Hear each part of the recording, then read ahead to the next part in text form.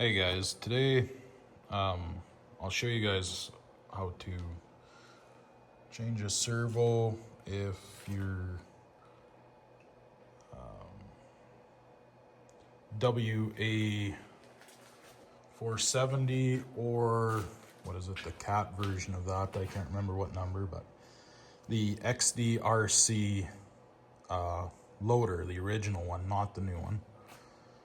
The new one might be the same, I'm not 100% sure, but I had a guy run this loader. He did this with the remote.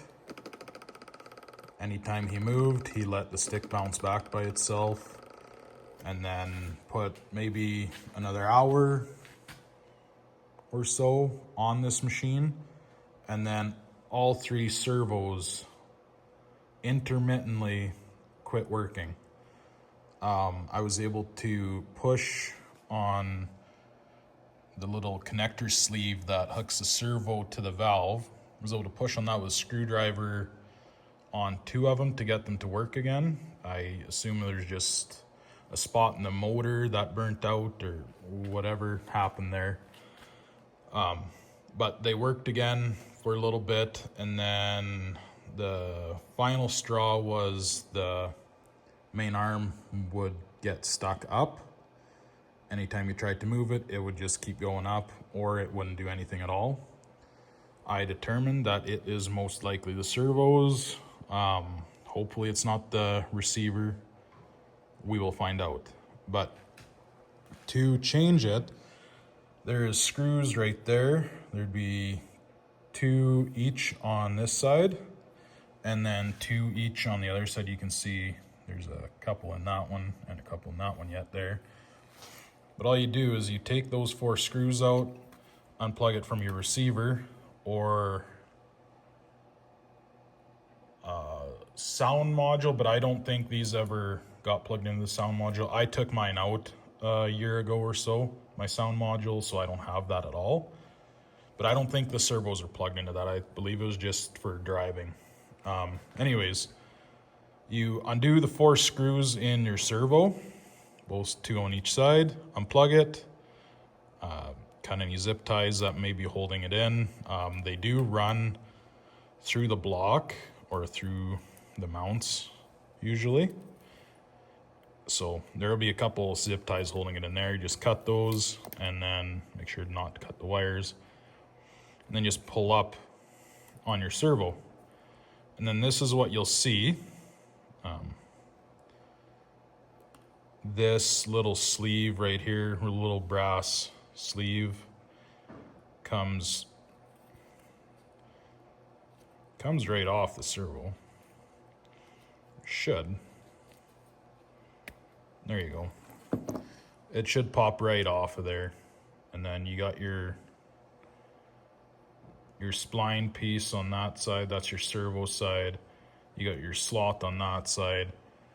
And that goes to your valve right there. That's what turns your valve. The valve is underneath there. So this metal bracket here is basically, that's your servo mount. That's your valve block right down in there. I actually have a spare one, a spare set of valves here. These came out of my 945 excavator. Right there, that Liebherr excavator, also XDRC. That was, or the reason I have this now is I requested an upgrade kit for 5 valves so I can run a claw and eventually a tilt bucket and a hydraulic quick connect. So I upgraded that, and then they actually sent me 5 brand new valves instead of giving me 2 add-on ones. So it's nice. Now I have spares. I have spare servos, which are the exact same servos, exact same valves as in the loader, in the excavator and also in the A40G rock trucks that they sell. These dump trucks right here. They run the exact same valves in them. They run the same hydraulic pumps, hydraulic motors. I'm gonna assume same speed controller, ESCs. Other than that, I'm not sure. I think that that's the only thing that they run the same of. But they're very good machines. They seem to last forever. These servos have lasted, I think I've had this loader for 6 years, countless hours. I bet you 100, well over 100 hours, I believe. Every couple years at least, I've done an oil change on them. Or on this one at least. Excavator's got lots because the pump motor went bad.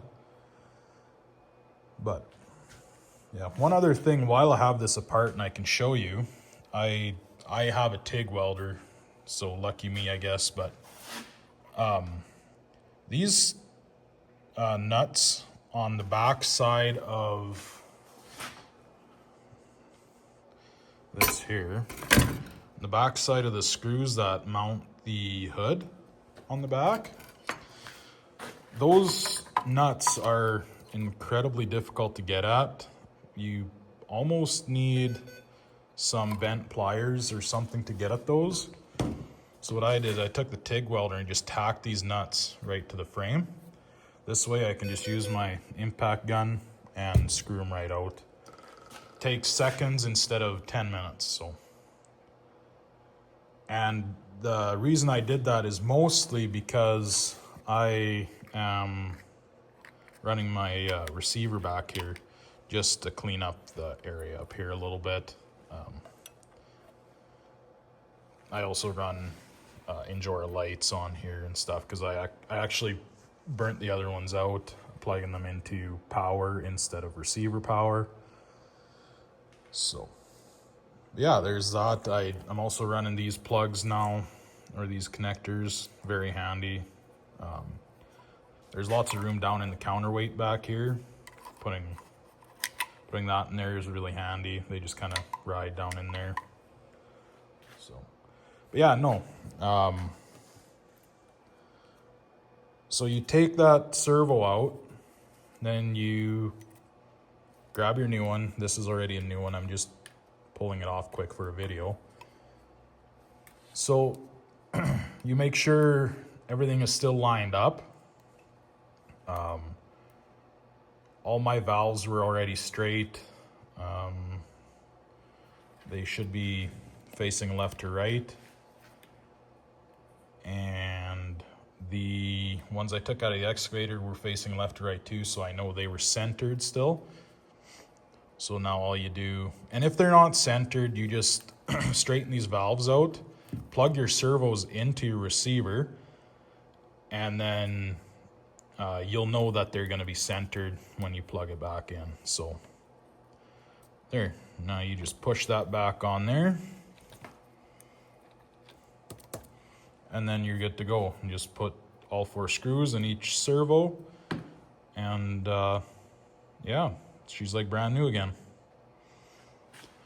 So if you're ever have a servo that's burnt out, or you assume it's burnt out, you can always switch it with another one, I guess, just to make sure that's your problem, or just plug it into your receiver to make sure that could be the problem. Or you could have issues where you have foreign debris get stuck in your valve. That could be a thing, so you could always pull your servo off